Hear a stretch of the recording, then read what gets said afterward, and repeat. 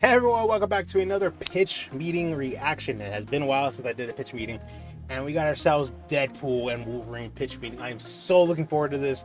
I've been wanting to do a review on my thoughts on Deadpool Wolverine movie. I'm struggling with trying to find the right words to describe it all, but like maybe I could find some of it here after we watch this together. Let's check this out. Let's go. Spoilers ahead. Let's go. So, you have a Deadpool movie for me? Yes, sir, I do. Okay. Why is he why is Ryan's why is he so nervous? Okay. Oh, I feel like you're a little scared. Well, this is our first time diving into this crazy R-rated stuff like this. Oh, right. Okay, yeah, he's portraying as like one of the Disney executives, because they got the rights to Fox during the transfer. Right. So just, Right, yeah. Be gentle. You got it.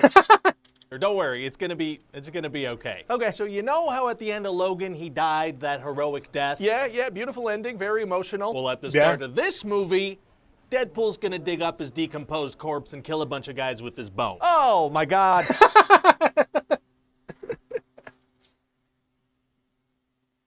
Yeah, he does that. Hey, you're okay. You're okay. He's trying to console him.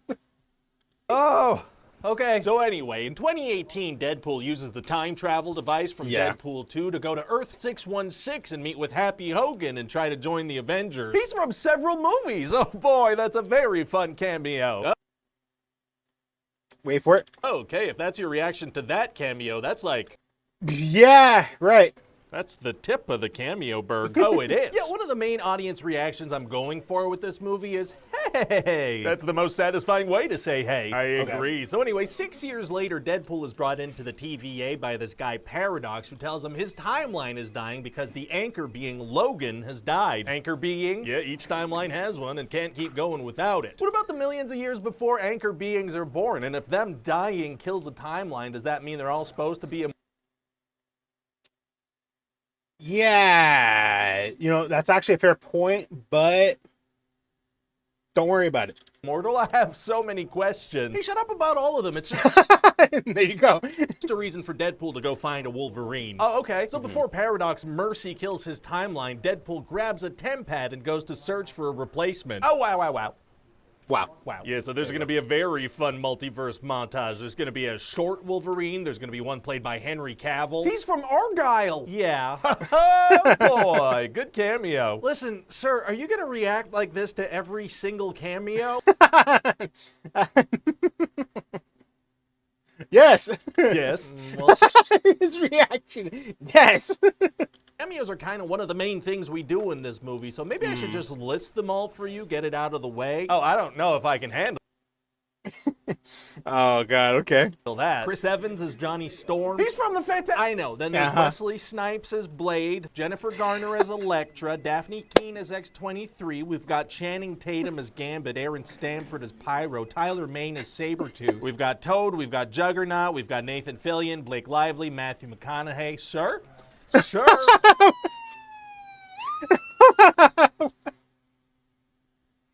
I don't think I've ever seen him make that face reaction before. Let's go back. Sure. Sure. Is he gonna be okay? The way he doesn't even bother recording himself laying down in a freaking bed. He has him like cropped out, tilted.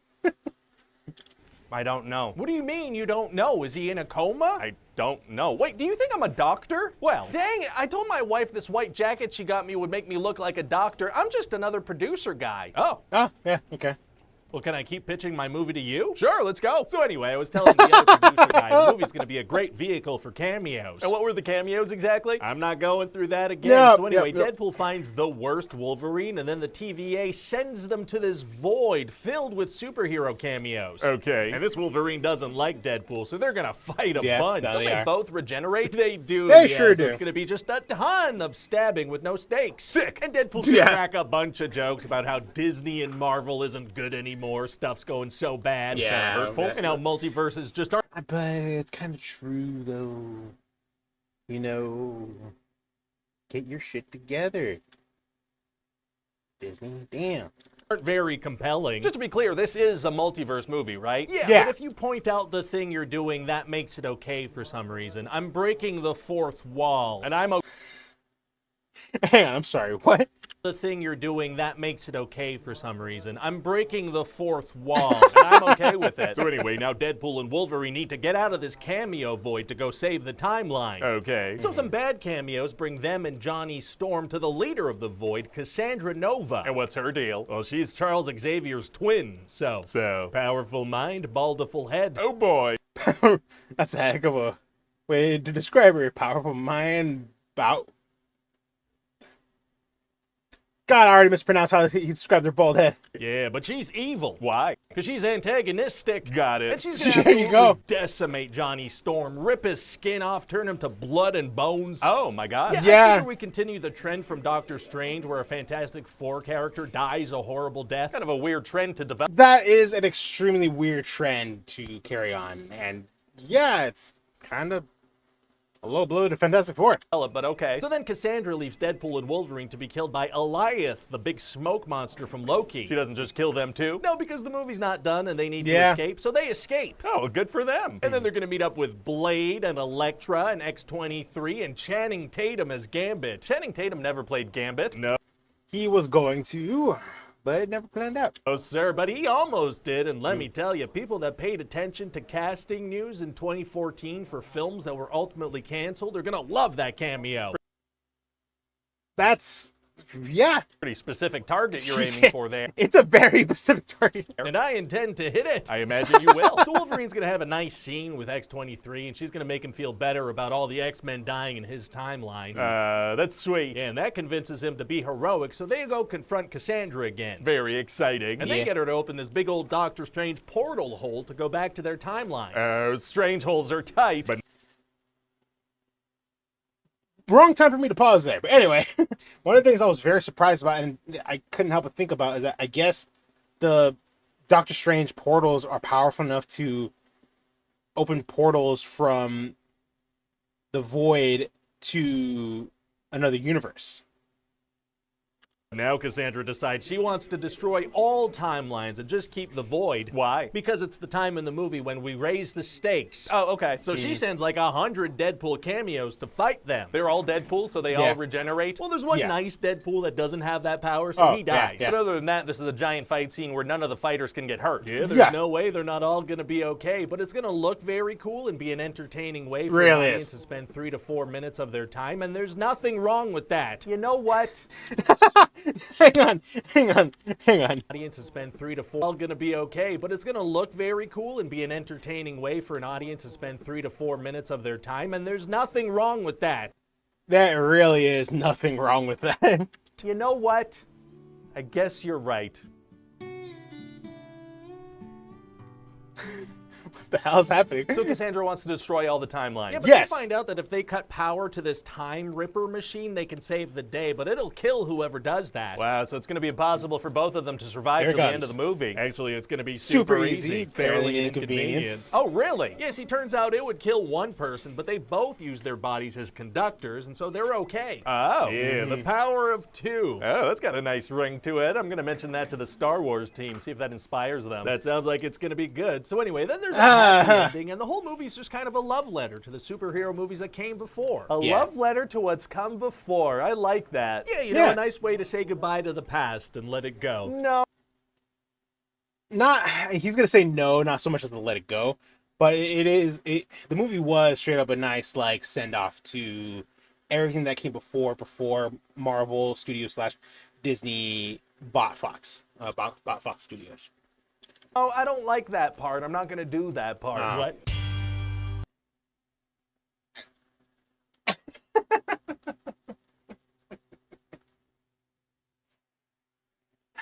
Huge MCU shocker. Robert Downey Jr. casts Doctor Doom in official Marvel return. I don't know if I still haven't given my thoughts on this. And I have thoughts on this. I'll have to do it another time, though. This is about Deadpool and Wolverine.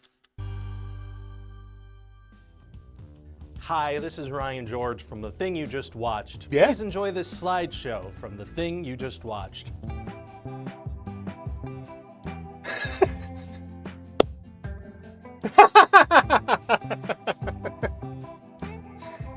Freaking Ryan, man. Oh my god, I freaking love Ryan. Oh, he's freaking hilarious. Yeah, I absolutely loved Deadpool Wolverine. The pitch meeting was absolutely freaking hysterical. Ryan was freaking amazing in it. Especially the whole part about the original I guess I'm having a huge brain fart moment.